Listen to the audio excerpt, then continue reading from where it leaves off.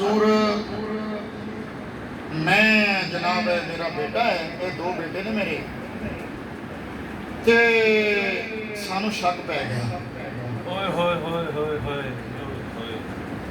मैं आंदा है मेरा है, ये वड्डिया छोटे ने बारे शक है। बीवी आती है अल्लाह के बंदे दोवें तेरे ने। हुजूर असां दा झगड़ा होया, ऐसा फैसला कराना है, असां फैसला कराना है।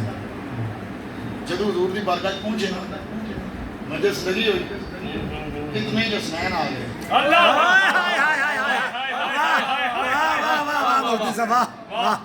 इतने ही हसनैन आ गए कि मैं तुहानू दिखा सकता वाकया। हसनैन करीमैन आ गए। जदों हसनैन आए ना, वो जो बड़ा बच्चा सी वो खड़ा हो गया। सरकार हसनैन नूं तक के बच्चा जो बड़ा सी ना वो खड़ा हो गया, ओनू तक के छोटा भी खड़ा हो गया। बोलो बोलो बोलो, तवज्जो फरमाओ तो तुसी भी तवज्जो करो। वो जदों छोटा भी खड़ा होया ना, सरकार ने फरमाया लो फैसला हो गया। साहब सरकार मान लो फैसला हो गया। उन्हें आख्या हुजूर गवाही होई कोई नहीं, गल तुसा पूछी कोई नहीं, गल होई कोई नहीं, बस तुसा हसनैन आए, तुसा आख्या फैसला हो गया। हुजूर फरमाया तकदे नहीं सो पे,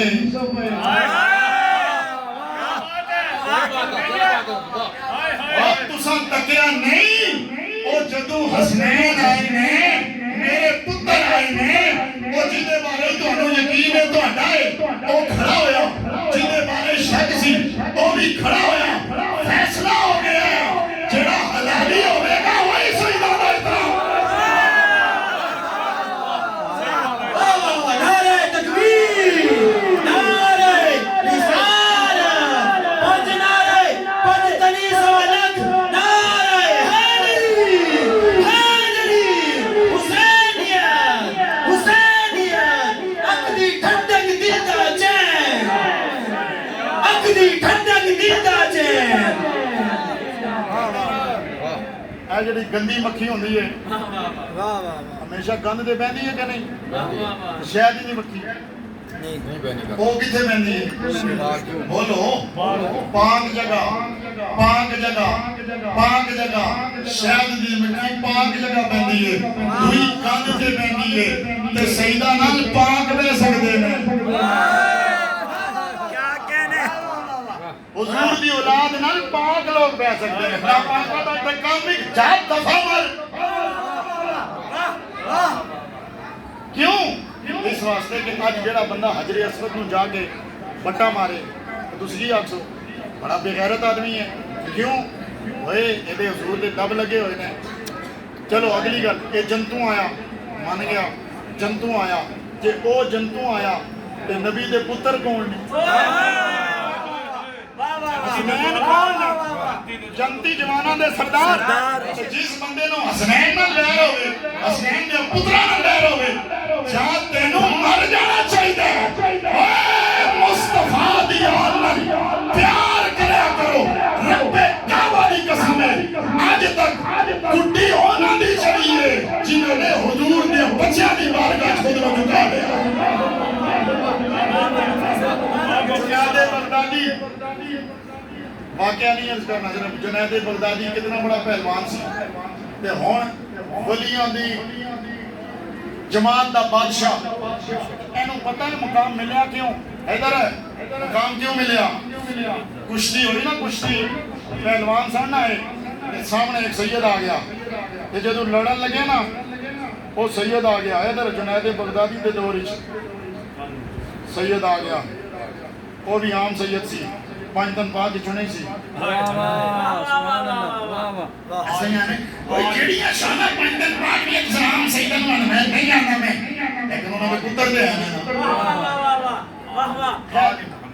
ओ जनाब ना सैयद साहब आए तो जुनैद बगदादी के काफी जाने ने वो सदिया मैं पहलवान कोई ना, मैं सैयद हूं।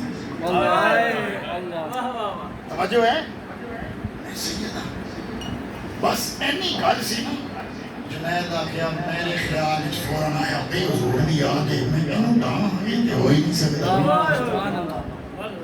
ਜਿਹੜਾ ਬੰਦਾ ਸਜਦਾ ਨਾਲ ਪਿਆਰ ਕਰਦਾ ਉੱਚੀ ਬੋਲੇ ਸੁਭਾਨ ਅੱਲਾਹ। ਹਾਂਜੀ जुनैद आके मैं गावा नहीं हो सकता। फिर ख्याल आया यार मेरी बेइज्जती हो जाएगी, सैयद को इज्जत देवा मेरी बेइज्जती हो जाएगी, मैं पहलवान बड़ा हाँ जम्मे गफीर हो दुनिया बेपना कठी। जुनैद आके जे मैं इन्हों इज्जत देवा मैं तो बेइज्जत हो जावांगा, लिहाजा नहीं जी मैं इन्हों गा देना। फिर आंदा इश्क आ गया होए आज ठह जा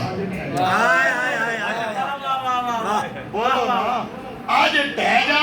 फिर तक हुण जुनैद के कीता, जुनैद आके ठीक हो गया शाह जी आओ कुश्ती च खाड़े गए ना हुण ओ जुनैद पहलवाना शाह और उनके पता हो के हुंदी है कुश्ती हो गए अंदर उन्हां ने मानू नहीं पता की हुंदा है। जुनैद चुकिया ना सैयद और अपने उत्ते चाया एक बारी दूई बारी तीजी बारी जुनैद धौन नीवी करके ना ते इंज परेशान होके निकल गया।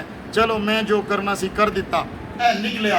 राती हुजूर ख्वाब ही जाए फरमाया जुनैद मेरे पुत्र नाल वफा कीती है इदा सिला तेनू अल्लाह ता फरमाएगा।